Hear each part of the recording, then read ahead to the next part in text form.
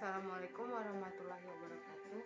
Saya atas nama Berliana Febrianti, NIM T2020014040. Di sini saya akan menjelaskan mengenai jawaban ujian dasar teknik biomedik, yaitu pertama, bentuk-bentuk sinyal biomedik. Yang pertama, sinyal bioelektrik dihasilkan oleh sel-sel saraf dan sel-sel otot. Sumber sinyal bioelektrik adalah potensial membran yang dapat dirangsang untuk membangkit potensial aksi dan pengukuran kontrol atau elektroda permukaan mengukur tindakan banyak sel di sekitarnya. Dua, sinyal biomagnetik berupa informasi yang bersumber dari adanya band magnet yang ditimbulkan organ-organ tubuh seperti paru-paru, otak, jantung yang sangat lemah.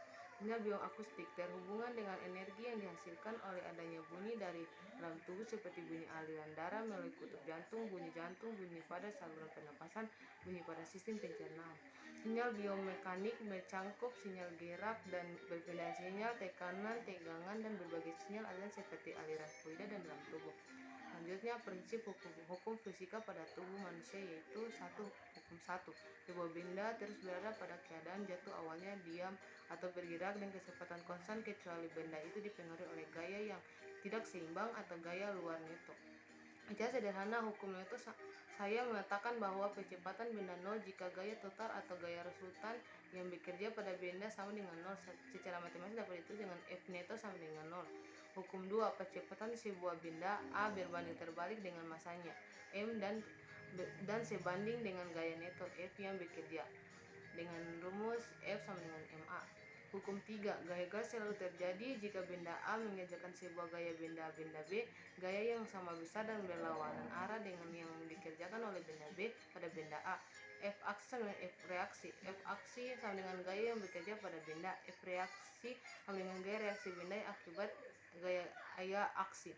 Saat berjalan, kaki dan bersepatu ke putaran lantai biasanya berdapat bahwa orang tersebut berdiri di permukaan lantai dengan gaya reaksi bumi yang sama melalui lantai pada kaki tersebut. Selanjutnya, pergerakan molekul yang mengakibatkan terjadinya gelombang molekul pada tubuh manusia yaitu proses terjadinya gerak molekul dimulai dari penyerapan ataupun pemancaran foton mengubah keadaan gerak elektron dalam sebuah molekul baik bervibrasi relatif terhadap neutron lain ataupun berotasi terhadap pusat massa atom. Gaya vibrasi dan gaya rotasi ini berkonsentrasi yaitu energi vibrasi atau energi rotasi yang dapat diserap atau dipancarkan dalam kuantum energi tertentu. Selanjutnya, gelombang otak pada tubuh manusia yaitu gelombang alfa. Gelombang alfa mempunyai frekuensi 8-12 frekuensi per detik. Gelombang alfa terlihat normal pada saat bangun dan mata tertutup atau tidak tidur. Gelombang alfa ini biasanya terjadi ketika kita tengah refleks dan santai.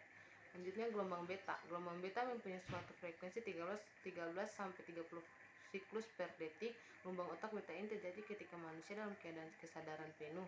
Selanjutnya, gelombang theta. Gelombang theta mempunyai frekuensi 4-7 jelas terlihat saat hiperventilasi, mengantuk, dan tidur. Gelombang delta. Gelombang delta mempunyai suatu frekuensi kurang dari 3 siklus per detik. Gelombang secara normal ditemukan hanya pada saat sedang tidur dan anak-anak muda. Selanjutnya, gelombang otak gamma. Gelombang otak gamma berada pada frekuensi 30 Hz sampai 100 Hz gelombang. Gelombang otak ini biasanya terjadi pada orang yang memiliki aktivitas otak yang cenderung tidak biasa bahkan ekstrim. Selanjutnya, apa yang dimaksud dengan sifat piezoelektrik?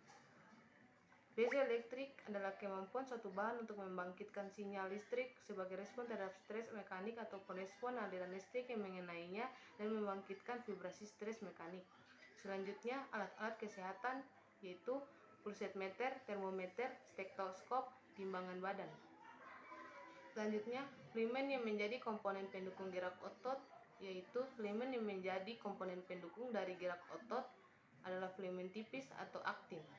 Filamen tebal atau myosin, keduanya tersusun saling bersebelahan secara paralel.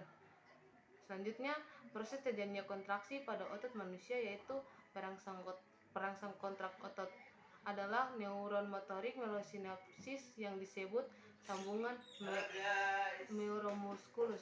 Selanjutnya yang mempengaruhi kekuatan dan kontraksi otot yaitu kekuatan rangsangan.